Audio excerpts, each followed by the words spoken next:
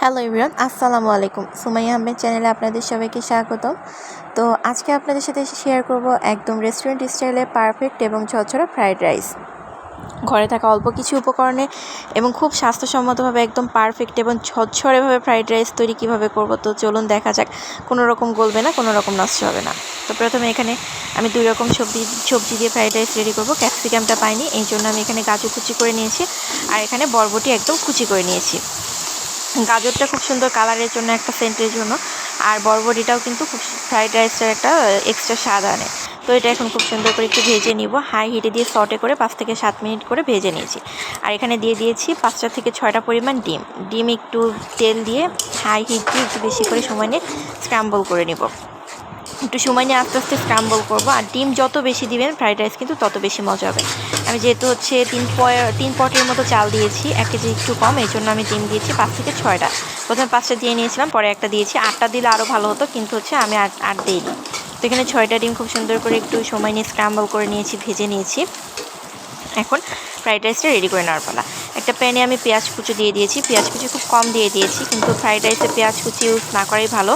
তারপরে আমি দিয়ে আমার কাছে একটু মজা লাগে, একটা এক্সট্রা ঘ্রাণ লাগে, এই জন্য। আর এখানে দিয়ে দিয়েছি রসুন কুচি, একদম মিহি করে রসুন কুচি করে নিতে হবে। ফ্রেশ একদম ফ্রেশ রসুন কুচি করে নিয়েছি। কুচি করে নিয়ে এখন এর মধ্যে দিয়ে দিয়েছি। আর এখন এর মধ্যে অ্যাড করে দিব মরিচ মাঝখান দিয়ে ফেরে চাইনিজ কাট করে নিয়েছি। এরপর দিয়ে দিব হচ্ছে আদার যে পেস্টটা থাকে ওইটা দিব। তো এটা আগে নেড়ে একটু সময় ধরে নেড়ে নিব। লবণ এখনই অ্যাড করব না, লবণ পরে অ্যাড করব, কারণ হচ্ছে ওই ডিমের মধ্যে, তারপর হচ্ছে একটু সবজির মধ্যে দিয়ে দিয়েছি। আর এখানে দিয়ে দিয়েছি আদা বাটা।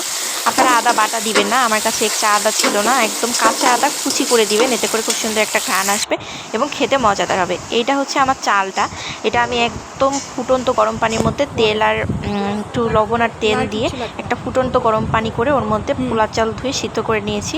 জাস্ট পানিটা ঝরিয়ে সিদ্ধ করে নিয়েছি, সিদ্ধ করে নিয়ে পানি ঝরিয়ে একটা কাপড়ের পর ফুল সিদ্ধ করে নিয়েছি, যাতে চাল বা আঁশ না থাকে। জাস্ট একদম পুরোপুরি সিদ্ধ করে নিয়েছি, ভাতের মতো করে সিদ্ধ করে নিয়ে পানিটা একদম মারের মতো করে ঝরিয়ে নিয়ে ওই যে কাপড়ের পর ছড়িয়ে দিয়েছিলাম, যাতে একদম পারফেক্ট ঝরঝরে হয়। দেখেন কী পরিমাণ চালটা হচ্ছে ঝরঝরে হয়েছে।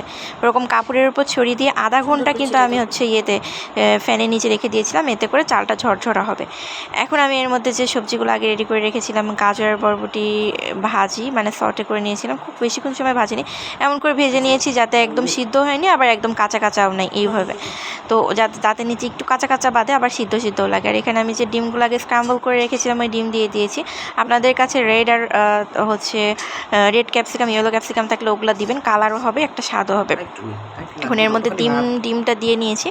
এখন একটা করে কিছু মশলা অ্যাড করবো। এর মধ্যে দিয়ে দিব লবণ, পর্যাপ্ত পরিমাণ লবণ দিব।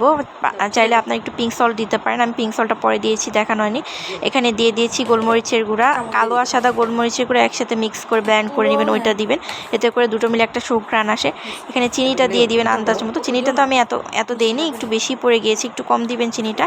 আর এখানে কিছু সস অ্যাড করব। সসের মধ্যে দিব প্রাণ হোটেল টমেটো সস, আন্দাজ মতো একটু দিবেন। সসটা যত বেশি দিবেন রাইসের স্বাদটা কিন্তু হচ্ছে তত মজা হবে। আর ঝরঝরা হয়েছে কিন্তু এই যেভাবে চাল আমি রেডি করেছি ওইভাবে। চালটা আপনারা একদম সিদ্ধ করে নেবেন বেশি করে পানির মধ্যে, আর একটু ছাড়িয়ে দিবেন ফ্যানের নিচে 1 ঘন্টার মতো, সিদ্ধ সুন্দর ঝরঝরে হয়ে যাবে। সামান্য একটু বিরিয়ানি মশলা দিয়েছি মজার একটা সুঘ্রাণের জন্য, রেস্টুরেন্ট স্টাইলে রেডি করার জন্য। আর এখানে দিয়ে দিচ্ছি সয়া সস একটু বেশি করে দিতে হবে, এতে করে স্বাদ বৃদ্ধি পাবে। এখানে আমি 4 থেকে 5 কাপ, 4 কাপের উপরে আমি সয়া সস দিয়ে দিয়েছি, এতে করে কিন্তু একটা মজাদার ফ্রাইড রাইসের যে এক্সট্রা একটা সুন্দর স্মেল আসে, এই সয়া সসটা থেকে কিন্তু হচ্ছে এক্সট্রা স্মেলটা আসে।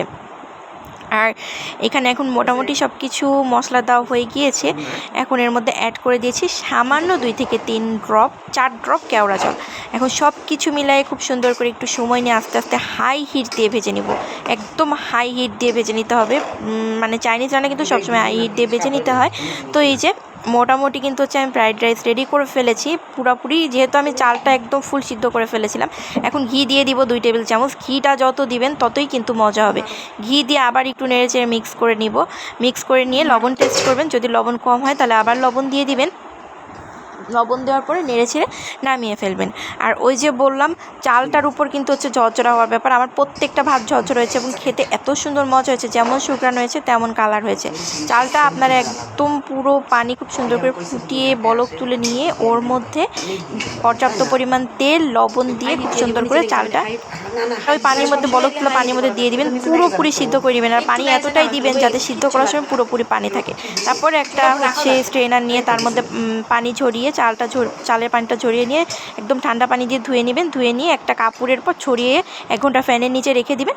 ফ্রাইড রাইস কিন্তু সম্পূর্ণ রেডি। তো এই যে দেখেন আমার মজাদার ফ্রাইড রাইস রেডি। তো ভিডিওটি কেমন হয়েছে জানাবেন। ভালো লাগলে অবশ্যই চ্যানেলটি সাবস্ক্রাইব করে পাশে থাকবেন। সবাইকে পাশে থাকার জন্য ধন্যবাদ। সবাই ভালো থাকবেন, সুস্থ থাকবেন। আসসালামু আলাইকুম।